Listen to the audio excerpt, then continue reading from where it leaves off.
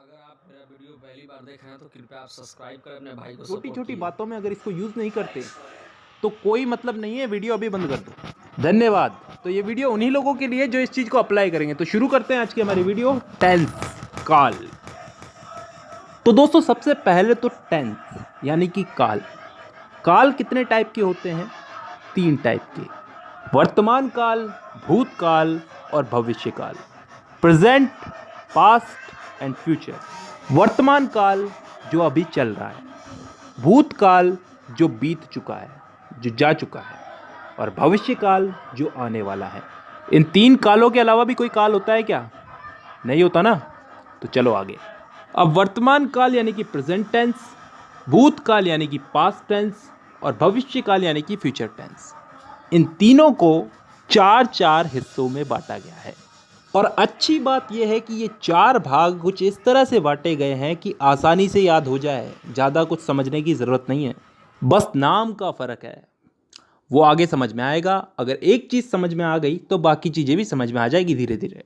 अब ये 4 भाग कौन से हैं जिनमें इनको बांटा गया है? इन तीनों को 4-4 भागों में बांटा गया, 4×3=12। तो अब ये 4 भाग कौन से हैं समझते हैं। पहला भाग है इंडेफिनेट। अब इंडेफिनेट को हम हिंदी में बोलते हैं कोई काम तय ना होना, अनिश्चित। इसमें ऐसे वाक्य आते हैं जिनका समय निर्धारित नहीं होता, यानी कि वो कब शुरू हुए और कब खत्म होंगे। जैसे मैं फुटबॉल खेलता हूं, आई प्ले फुटबॉल। कब से खेलता हूं, कब तक खेलूंगा, पता नहीं। मैं हिंदी बोलता हूं, कब से बोलता हूं, कब तक बोलूंगा, पता नहीं। I speak Hindi.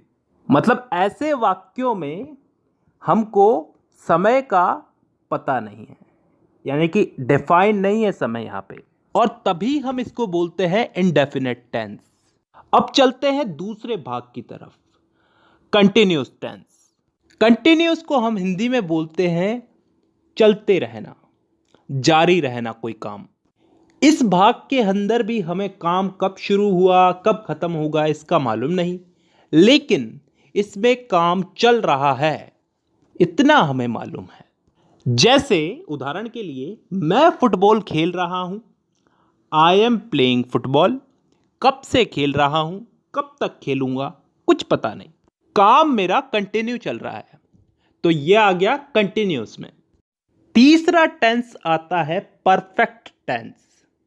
वो टेंस जिसमें काम के हो जाने का, पूरा हो जाने का बोध होता हो, मतलब कोई काम कंप्लीट हो चुका है। जैसे मैं फुटबॉल खेल चुका हूं, चुका हूं, चुकी हूं, चुके हैं। ये सब चीजें क्या बताती हैं? कि काम हो चुका है। और ये चीज किस में आती है? परफेक्ट टेंस में। अब 3 भाग हो चुके हैं, चौथा भाग है परफेक्ट कंटिन्यूस टेंस। अब ये चीज क्या होती है, इसको थोड़ा ध्यान से समझना, कान खोल के। परफेक्ट का मतलब पिछले वाले टेंस में हमने क्या समझा था? कोई काम कंप्लीट हो चुका है। और कंटिन्यूस उससे पिछले वाले में कि कोई काम जारी है। तो परफेक्ट कंटिन्यूस टेंस में क्या आता है? कोई काम हो भी चुका है और फिलहाल जारी भी है। ढंग से बोलूं तो कोई काम किसी समय से प्रारंभ होकर प्रतिदिन अंशतः पूर्ण होकर आने वाले समय में भी जारी रहेगा। समझ में नहीं आया ना? नहीं आएगा, उदाहरण से आएगा। मैं सुबह से फुटबॉल खेल रहा हूं। सुबह से, किसी समय से खेल रहा हूं, सुबह से खेल रहा हूं। कंटिन्यू है, कंटिन्यू है, अभी भी खेल रहा हूं, और फिलहाल अभी खेल रहा हूं तो आगे भी खेलूंगा। इस चीज का बोध हो रहा है हमको। एक और उदाहरण ले लो इसमें। मैं पिछले 5 सालों से हिंदी बोल रहा हूं। पिछले 5 सालों से हिंदी बोल रहा हूं, अभी भी बोल रहा हूं और आगे भी बोलूंगा। तो ऐसे वाक्य किस टेंस में आते हैं? परफेक्ट कंटिन्यूअस टेंस में। तो दोस्तों यहां पे हम लोगों ने चारों भाग समझ लिए। एक बार वापस रिपीट कर देता हूं। Indefinite tense, continuous tense, perfect tense, perfect continuous tense. Indefinite में वो वाक्य आते हैं जिनका टाइम डिफाइन नहीं होता, निश्चित नहीं होता, कब शुरू हुए कब खत्म होंगे। कंटिन्यूस टेंस में वो वाक्य आते हैं जिनमें काम चल रहा है, जारी है, कंटिन्यू है। इसमें भी काम कब चालू हुआ कब खत्म होगा इसका हमें पता नहीं है। परफेक्ट टेंस में वो वाक्य आते हैं जिनमें काम पूरा हो चुका है, खत्म हो चुका है। और लास्ट है परफेक्ट कंटिन्यूस टेंस, जिसमें कोई काम किसी समय से शुरू हुआ, पूर्ण हो चुका है और आगे आने वाले समय में जारी रहने का बोध होता है। आई होप यहां तक क्लियर है। ठीक है, अब दोस्तों इस टेंस के इन्हीं चारों भागों को हम लोग इन तीनों काल में फिट करेंगे, प्रेजेंट, पास्ट और फ्यूचर। वर्तमान, भूत और भविष्य, इन तीनों में इन चारों टेंसेस को हम लोग फिट करेंगे। करना कुछ नहीं है, बस नाम उठा करके आगे रख देना है। जैसे प्रेजेंट का present indefinite, present continuous, present perfect, present perfect continuous.